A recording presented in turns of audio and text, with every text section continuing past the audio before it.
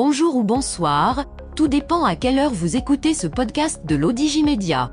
Notre chroniqueur invité, Hicham El Adnani, partage son avis et ses réflexions dans un article qu'il a intitulé « Rétablissement des relations diplomatiques entre l'Iran et l'Arabie Saoudite, quels sont les pays directement concernés ?» Alors écoutons-le dans ce podcast. L'auteur commence son article ainsi. La Chine, faiseuse de paix. Sous l'égide de la Chine, l'Iran et l'Arabie Saoudite ont décidé le 10 mars dernier à Pékin de rétablir leurs relations diplomatiques. Un coup de théâtre qui a pris de court beaucoup d'observateurs et chancelleries dans la région et bien au-delà. La surprise est d'autant plus grande que beaucoup s'attendaient plutôt à des pourparlers entre Israël et l'Arabie Saoudite dans le cadre des accords dits d'Abraham. Mais c'est finalement l'habileté diplomatique chinoise, une combinaison de pragmatisme, de patience et de stratégie à long terme, qui a permis de réconcilier les deux rivaux du monde musulman. Rappelons ici que la Chine n'est pas à son premier coup d'essai.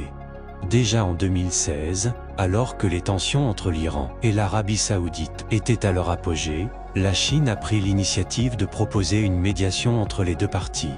Le ministre chinois des Affaires étrangères, Wang Yi, a visité les deux pays dans le but de faciliter des pourparlers entre les dirigeants iraniens et saoudiens. La Chine a également organisé une réunion trilatérale entre la Russie, l'Iran et l'Arabie Saoudite pour discuter des moyens de résoudre la crise en Syrie, qui est un point de tension clé dans les relations entre les deux pays. Cette reprise des relations diplomatiques entre les deux pays n'est ni un accord total sur tous les différends qui opposent les deux pays ni dans les pays où ils s'affrontent par proxy. Si l'Irak reste une ligne rouge pour l'Iran, cette dernière pourrait lâcher du lest au Liban et en Syrie tout en partageant à part égale son influence sur le Yémen avec l'Arabie Saoudite. Le plus important est que tout ceci fera l'objet de discussions directes dorénavant entre les deux pays. L'auteur poursuit son article ainsi. Le paysage après la bataille, le Yémen, Riyad a pris la tête d'une coalition soutenue par l'Occident contre le mouvement Houthi au Yémen en 2015, après que le groupe allié à l'Iran a déposé le gouvernement internationalement reconnu dans la capitale, Sanaa. Depuis des années, le conflit est dans une impasse militaire.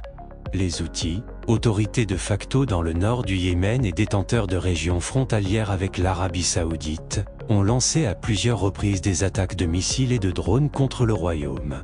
À la suite d'un cessez-le-feu conclu sous l'égide de l'ONU, Riyad et les Houthis ont repris les négociations directes avec l'aide d'Oman en 2017. Le cessez-le-feu a expiré en octobre dernier, mais le statu quo a été maintenu pour l'essentiel. En principe, le rétablissement des relations entre Riyad et Téhéran pourrait faciliter la conclusion d'un accord définitif entre l'Arabie Saoudite et les Houthis. Rappelons que ce conflit a également été une source de tension entre les États-Unis et l'Arabie Saoudite depuis l'élection du président Joseph Biden, qui a imposé des restrictions sur les ventes d'armes américaines à Riyad. L'auteur mentionne ainsi. La Syrie, l'Iran a apporté à Bachar el-Assad un soutien militaire, économique et diplomatique, depuis que la répression des manifestations en 2011 l'a isolé. La Chine, qui a favorisé la reprise diplomatique entre l'Iran et l'Arabie Saoudite, a également défendu la Syrie aux Nations Unies et a maintenu des liens politiques et économiques avec Damas. Riyad a d'abord soutenu les rebelles, qui tentaient de renverser Assad afin d'affaiblir Téhéran. Le soutien saoudien à l'opposition armée et politique a diminué à mesure que l'aide de l'Iran, et surtout de la Russie, a permis à Assad de renverser la vapeur en sa faveur. Notons que l'accord saoudo-iranien coïncide avec le dégel de l'isolement arabe d'Assad. L'Arabie Saoudite a en effet déclaré qu'un engagement accru pourrait permettre à la Syrie de réintégrer la Ligue arabe. Tandis que le ministère syrien des Affaires étrangères a salué l'accord en affirmant que c'est une mesure essentielle, susceptible de promouvoir la stabilité régionale. L'auteur ajoute ainsi. Le Liban, depuis de nombreuses années, la politique libanaise est divisée entre une alliance pro-iranienne commandée par le puissant groupe armé Hezbollah et une coalition pro-saoudienne. L'Arabie Saoudite et d'autres États arabes du Golfe ont retiré leurs ambassadeurs du Liban en 2021, invoquant le contrôle du Hezbollah sur le pays. Depuis le retour des émissaires, la crise financière du Liban s'est aggravée et le pays est désormais confronté à une crise politique sans précédent. Sans président depuis des mois et avec un cabinet au pouvoir limité. La reprise des relations diplomatiques entre Téhéran et Riyad a suscité l'optimisme quant à la fin prochaine de la paralysie. Selon le président du Parlement, Nabi Berri, l'interprétation positive de la nouvelle devrait inciter les Libanais à élire immédiatement un président. Pour sa part, le Hezbollah a décrit l'accord comme un développement positif, mais a averti que ses ramifications complètes restaient incertaines. Le groupe chiite a soutenu la candidature du politicien chrétien Suleiman Frangier à la présidence, alors que l'Arabie saoudite s'y oppose. Ira-t-on vers un consensus ? L'auteur précise ainsi. Israël, les relations diplomatiques entre Israël et l'Arabie saoudite ont été longtemps tendues et marquées par des divergences profondes en matière de politique étrangère, notamment à cause de la question palestinienne. Cependant, ces dernières années, il y a eu un changement significatif dans la dynamique de ces relations, avec des signes d'une possible normalisation des liens entre les deux pays. Cette évolution peut être en partie attribuée à un changement de leadership en Arabie saoudite. Le prince héritier Mohammed bin Salman a pris les rênes du pouvoir en 2017 et a commencé à mettre en œuvre des réformes économiques et sociales audacieuses pour moderniser le royaume. Des signes d'un rapprochement entre Israël et l'Arabie saoudite ont été de plus en plus visibles ces dernières années. En 2018, les responsables saoudiens ont autorisé un vol commercial israélien à traverser leur espace aérien pour la première fois. En 2019, le prince héritier MBS a déclaré que les Israéliens avaient le droit de vivre en paix dans leur propre État.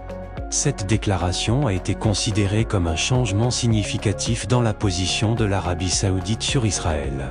Israël rêve d'un accord diplomatique historique avec Riyad, et cette dernière a posé ses conditions à Washington, des garanties de sécurité et une aide pour développer un programme nucléaire civil, ainsi que la levée de la restriction de vente d'armes imposée par l'administration Biden.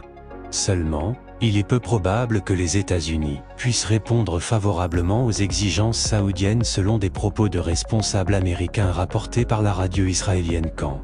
Ce sont très probablement ces réticences américaines qui auraient définitivement convaincu les Saoudiens à discuter avec leur rival iranien et briser le rêve de Tel Aviv. Pour conclure, l'auteur résume son article ainsi.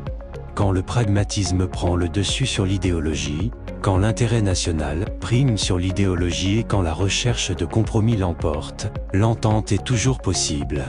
L'accord conclu à Pékin entre l'Iran et l'Arabie saoudite démontre qu'il n'existe pas davantage d'hostilité atavique entre sunnites et chiites qu'entre arabes et persans.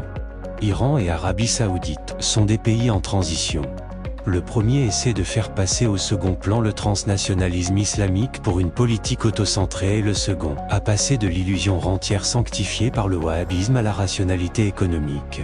Et puis finalement, la politique américaine de mise au pas de l'Iran et d'éloignement de l'Arabie saoudite a favorisé l'évolution des alliances et des oppositions dans la région.